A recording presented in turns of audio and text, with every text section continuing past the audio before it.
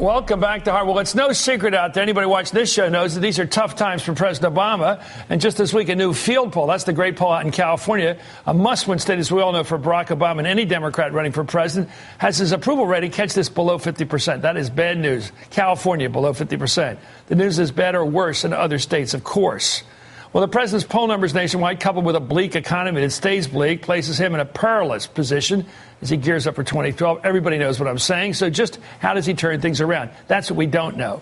And for the Democrats who are going to be running with him next year, they want to win, too. So let's ask two experts. Willie Brown, a great man, served as mayor of San Francisco and also leader of the assembly out there, speaker for so many years. And Mike Feldman, a guy from Philadelphia, a good place to be from. He's an advisor to the Clinton Court White House. Mayor. Yes. Your Honor. I want to quote you some stuff from the great Raging Cajun Carville, who's one of the smartest guys in politics, if not the smartest these days. Longtime strategist James Carville wrote a column, which we all read today. It grabbed all of our attentions. What should the White House do? He says, panic. As I watch the Republican debates, I realize that we are on the brink of a crazy person running for our nation. I guess he's talking about Perry. I sit in the front of the TV and shudder at the thought of one of these creationism-loving, global warming denying, immigration bashing, Social Security cutting, clean air hating, mortality fascinated, Wall Street protecting Republicans running my country. Of course, we are on... The course run is not working. The hour's late, and the need is great. Fire, indict, fight. Now, he's got some amazing proposals out there. Fire somebody, indict some people, make a case like a Democrat, and hold fast to your explanations. But what do you make of this, Mayor? Because I want your thoughts. How ferocious does Obama have to be to turn this 180? I think he has to demonstrate that he is very, very tough. Seldom, if ever, have you had a president who's waited so long to show truly his nature in terms of a fight. From the time he did not allow the Bush measures to go by the wayside on the tax breaks that he should have last December till the present day, he hasn't taken one step to demonstrate how tough he really can be and how principled he can be and how at all costs in terms of his base support, he's willing to take steps. He hasn't done that, and I think that's what Jimmy is talking about. And that's what he's running on. He's basically forced because he hasn't dumped the Bush economic policies. They're the policies he has to defend. Isn't that weird, Michael? I mean, I always say to people who are Republicans, okay, fair enough, but we're operating under your tax policy. This guy hasn't changed it. It's what Bush gave to him. Yeah. All the tax cuts for the rich, all those breaks, Obama hasn't busted them. He's living under their regime. Yeah, but don't play by their rules and call them out on that. These are the policies that got us into this mess. And I think you see him last week with the speech. Next week, as you pointed out, going to Cincinnati, going to John Boehner's district, take the argument out into the country. Is this tough enough at this point? I think it is. It's what I think he should have done. I agree, but he's doing it now. And the fact is, and I applaud James Carville. I've worked for him. He gave me my first job in Democratic politics. But panic is not something I would do as a commander-in-chief, as a president of the United States. Well, let's look at some other thoughts. Here's former White House spokesman Bill Burton, who is on the team, of course, who now runs the group Priorities USA. He warned his fellow Democrats, quote, Democrats should be very nervous. They need to put on their war paint, an old cowboy movie's phrase here, and get ready for what is going to be a very difficult battle. Unless activists really engage and organize or recognize the stakes of this fight, it's going to be impossible for the president to win. Mayor, again, this is the first time I've heard it, and I'll tell you, my concern about this election is that people say it's next November, it's November 2012. This is the time of year we all know people begin to make up their minds about next year. It isn't all done in that booth. We saw what happened to Jimmy Carter in 79. They made up their mind in 79 he had to go.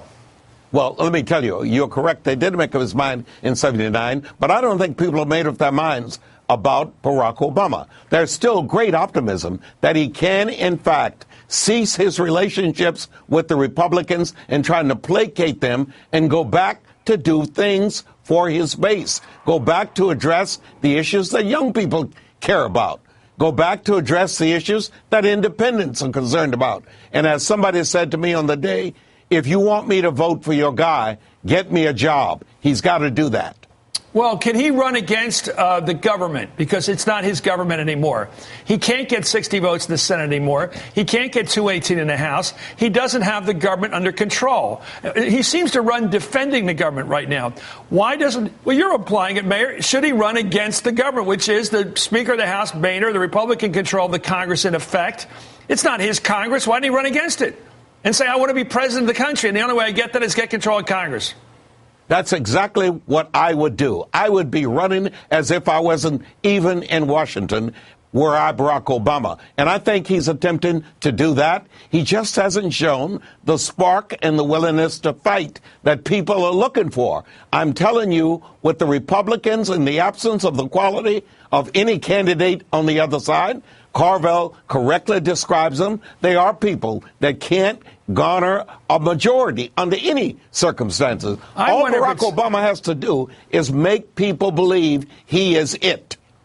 Well, you know, Mr. Mayor, I believe in Machiavelli. You're not supposed to say so. I'll go to Mike Feldman on this young fella. I will tell you this: it's better to be feared than to be loved. Machiavelli taught, and my argument is, if you're not feared, you're not loved very long, because leaders are supposed to be feared, and if they're not feared by their enemies, people who like them stop loving them. I agree, but he's making an argument now. He's put a jobs plan out there, which is, by the way, popular with the American people. Is Ari people. Cantor afraid of him? Is Larry McCarthy afraid of him? Well, is Boehner afraid of him? Well, we'll see next week. President Obama is going to be in John Boehner's district. He's going to be campaigning on his plan. He said to the Republicans and the leadership in Congress, do you want an issue to run on, or do you actually want to actually create some jobs? Well, here's the real bad news for the president. It tends to trickle down, of course, to the rest of the ballot right now.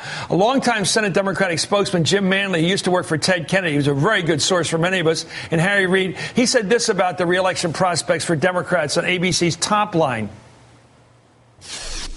I'm sure glad I'm not working for a member that's up for re-election next year, because it's an ugly, ugly mood out there.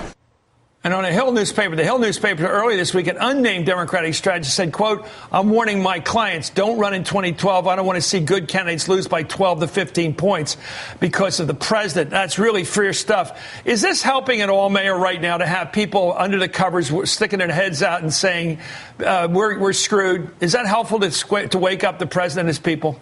No, not at all. As a matter of fact, we ought to be talking about how we reverse the perception that there is something wrong with the Democratic delivery system. Let me tell you, Chris, this is September 2011.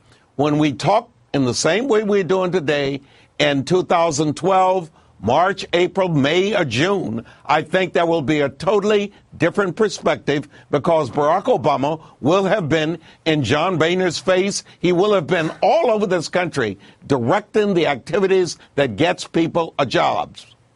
All politics is local, sir, as we know from Tip O'Neill. Thank you very much, Willie Brown, and thank you, Michael Feldman. Mr. Mayor, thank you. It's always great to have you on.